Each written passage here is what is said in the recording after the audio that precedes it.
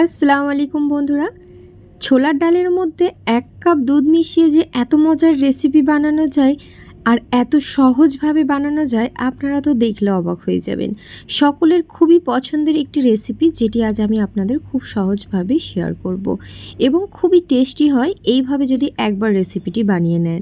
তো এখানে 500 গ্রাম ছোলাকে আমি ওভারনাইট ভিজিয়ে রেখেছিলাম। এবারে এখানে আমি 2 কাপ পরিমাণে দুধ অ্যাড করে নিচ্ছি। এখানে ছোলার ডালের পরিমাণ অনুযায়ী আপনারা দুধটা বাড়িয়ে কমিয়ে নিতে পারেন। তারই সাথে এখানে 2টো তেজপাতা, 2টো এলাচ ও একটা দারচিনি অ্যাড করে নিয়ে এখানে প্রেশার কুকারের ঢাকনাটা লাগিয়ে একটা সিটি দিয়ে নেব। আর সিটি দেওয়ার সাথে সাথেই গ্যাসের ফ্লেমটা অফ করে দেব। এখানে একটা সিটি দিয়ে নিয়েছি, এবারে ঢাকনাটা খুলে দিচ্ছি। দেখুন এখানে ছোলার ডালটা খুব সুন্দর মতো সিদ্ধ হয়ে গেছে। এবারে এখানে তেজপাতা ও এখানে দারচিনিটা আমি তুলে নেব, কিন্তু এলাচ দুটো তুলব না। ছোলার ডালের সাথেই এলাচ দুটোকে গ্রাইন্ড করে নেব। আর এখানে সব কিছুকে একটু মিশিয়ে নিচ্ছি। তলায় যেটুকু দুধ পড়ে থাকবে এটা গ্রাইন্ডারে দিয়ে ভালো করে পেস্ট করে নেব, এতে করে পেস্ট করতেও সুবিধা হবে।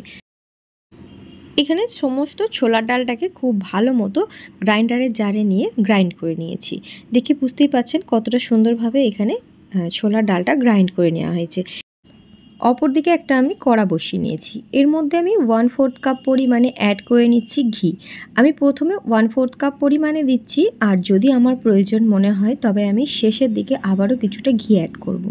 তবে এর মধ্যে আমি এখানে সমস্ত যে ছোলার ডালটা গ্রাইন্ড করে রেখেছিলাম সেটা এর মধ্যে অ্যাড করে নিচ্ছি। আপনারা চাইলে এখানে তেল ও ঘি দু রকমই ব্যবহার করতে পারেন, তবে ঘিয়ের পরিমাণটা অবশ্যই একটু বেশি করে দেবেন, এতে করে এর ফ্লেভারটা অসম্ভব মজার খেতে লাগবে। খুব ভালো করে আমি এটাকে একটু ঘিয়ের মধ্যে ভেজে নেব।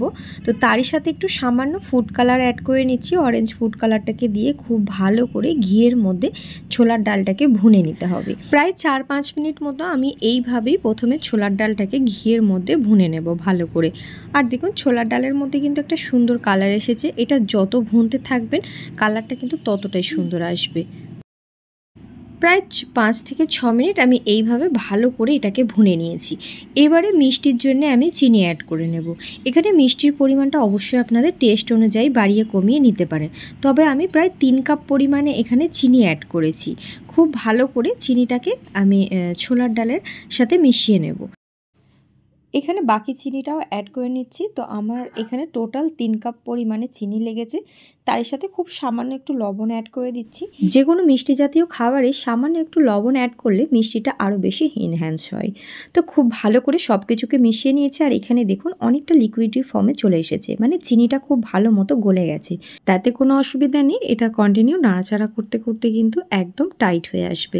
আচ্ছা, এখানে বলে রাখি, হালুয়াতে যারা ড্রাই ফ্রুট কুচি খেতে চান অবশ্যই এখানে ড্রাই ফ্রুট কুচি একটু ঘিতে ভেজেও অ্যাড করতে পারেন। তবে বাড়িতে বাচ্চারা একদম ড্রাই ফ্রুট মুখে পড়লে খেতে চায় না, তার জন্য আমি এখানে শুধুমাত্র একটু কাজু বাদাম নিয়েছি, যেটাকে আমি একটু গ্রাইন্ড করে নিয়েছি, গুঁড়িয়ে নিয়ে এখানে আমি অ্যাড করে নিচ্ছি। বাচ্চারা ড্রাই ফ্রুট কুচি খেতে না চাইলে কি হবে, মায়েরাও কম চালাক নয়। তো আমি ঠিক এইভাবে গুঁড়িয়ে নিয়েই কিন্তু চেষ্টা করি তাদেরকে ড্রাই ফ্রুট খাইয়ে দেওয়ার, তারা কিন্তু বুঝতেও পারে না। আর এটা কিন্তু এইভাবে গুঁড়িয়ে দেওয়ার ফলে হালুয়ার টেস্টটা খুবই মজার আসে। মুখে নিলেই মুখের মধ্যে যেন মিলিয়ে যাবে, এইভাবে যদি একবার হালুয়াটা বানিয়ে নেন। তো খুব ভালোভাবে এটাকে নাড়াচাড়া করে মিশিয়ে নিয়েছি। আর দেখুন এবারে আস্তে আস্তে কিন্তু এটা অনেকটাই টাইট হয়ে আসছে। ঠিক এই পর্যায়ে আমি 1/4 টিস্পুন এখানে অ্যাড করে নিচ্ছি এলাচের গুঁড়ো। যেহেতু সিদ্ধ করার সময় 2টো এলাচ দিয়েছিলাম, তো সেটা আমি মিক্সারে পেস্টও করে নিয়েছিলাম ডালের সাথে। তবে একদম শেষের দিকটা করে একটু যদি এরকম এলাচের গুঁড়োটা দেওয়া হয়, এর ফ্লেভারটা খুব ভালো আসে। এটা দেখুন আস্তে আস্তে কিন্তু একদম প্যান ছাড়তে শুরু করে দিয়েছে, মানে এক জায়গায় যখন এইভাবে এটাকে জড়ো করছি আস্তে আস্তে জড়ো হয়েও আসছে। যখন পুরোপুরি এটা বেশ একটা ডোয়ের মতো, মানে ডোয়ের ফর্মে আসবে, তখন কিন্তু জানতে হবে আমাদের এখানে হালুয়াটা একদম তৈরি হয়ে গেছে। আর এখানে এই ছোলার ডালের হালুয়াটার ক্ষেত্রে চেষ্টা করবেন একটু ননস্টিক কড়াতে করার। এতে করে কি হয়, তেল অথবা ঘিয়ের পরিমাণটা খুবই কম লাগে, মানে অল্প ঘিতে কিন্তু খুব সুন্দর মতো হালুয়াটা তৈরি হয়ে যায়। অনেক সময় দেখা যায় আমরা হালুয়া বানাই, যখন সেট করতে দিই, যখন কাটার পর তুলতে যাই, তখন দেখা যায় হালুয়াটা ভেঙে যায়, মানে কোন সময়টা নামাবো পারফেক্ট সময়টা বোঝা যায় না। তো আমি আপনাদের সেটা দেখিয়ে দিচ্ছি। দেখুন এটা যখন এইভাবে ফোল্ড করছি এটা কিন্তু একটা ডোয়ের মতো এক জায়গায় জড়ো হয়ে আসছে। মানে দেখুন কত সুন্দর মতো এটা যখন হাতে নিচ্ছি এটা কিন্তু যে কোনো রাউন্ড শেপে দিই যাই শেপ দিই না কিন্তু সহজেই শেপ এসে যাচ্ছে। ঠিক এই পর্যায়ে গ্যাসের ফ্লেমটা অফ করে হালুয়াটাকে নামিয়ে নেব। আর আগে থেকে একটা পাত্রে আমি একটু ঘি ব্রাশ করে রেখেছিলাম গরম গরম অবস্থায়, সেই পাত্রের মধ্যে আমি এখানে হালুয়াটা সেট করতে দিয়ে দেব। আর বাকি যে হালুয়াটা ছিল আরও একটা পাত্রে সেট করতে দিয়ে দিয়েছি। এবারে এটাকে আমি চেষ্টা করব ওভারনাইট রেখে দেওয়া, অথবা হাতে যদি সময় কম থাকে অবশ্যই 4 থেকে 5 ঘন্টা একটু সেট হতে রাখবেন, মানে পুরোপুরি ঠান্ডা হয়ে যাওয়া পর্যন্ত অপেক্ষা করব। আর এটা দেখুন গরম গরম অবস্থায় একটু ওপর থেকে আমি এইভাবে বরফি স্টাইলে কাটবো, যেহেতু আমি আগে থেকে একটু দাগ দিয়ে নিয়েছি। আপনারা এইভাবে কেটে নিয়েও কিন্তু যে কোনো রকম ড্রাই ফ্রুট কুচি এখানে অ্যাড করতে পারেন, আলমন্ড হোক, পেস্তা হোক, কিশমিশ হোক দিতেই পারেন, তবে আমি কিছু ড্রাই ফ্রুট এখানে অ্যাড করছি না। তো দেখুন এটা যখন পুরোপুরি সেট হয়ে গেছে তখন আমি আপনাদের দেখাচ্ছি কতটা সুন্দরভাবে মাশাআল্লাহ সেট হয়ে গেছে। আর এর কালারটা দেখুন কতটা সুন্দর এসে গেছে। এবারে ঠিক ওই দাগের ওপর দিয়ে আমি এটা কেটে নেব, আর এতে করে কাটাটাও বেশ সহজ হয়। তো আমি এইভাবে কেটে নিচ্ছি, আপনারা আপনাদের পছন্দ অনুযায়ী মোল্ডের সাহায্যেও কেটে নিতে পারেন অথবা চৌকো শেপেও কেটে নিতে পারেন। তবে ছোলার ডালের হালুয়া একটু বরফি স্টাইলে কেটে নিলে দেখতে বেশি মজার লাগে। আর দেখুন এটা কতটা সহজে উঠে যাচ্ছে, মানে একদম পারফেক্ট তৈরি হয়েছে এখানে হালুয়াটা।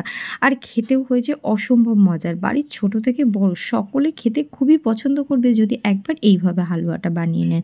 অনেকেই তো অনেক রকমভাবেই হালুয়া বানান, তবে এই পদ্ধতিতে একবার হলেও হালুয়াটা বানিয়ে দেখুন, কথা দিচ্ছি সকলের খুব পছন্দ হবে। সামনেই আসছে শবে বরাত, শবে বরাতের দিন কিন্তু খুব সহজেই এই হালুয়াটা আপনারা বানিয়ে নিতে পারবেন। আর কতটা পারফেক্ট হয়েছে এখানে হালুয়াটা দেখে বুঝতেই পাচ্ছেন।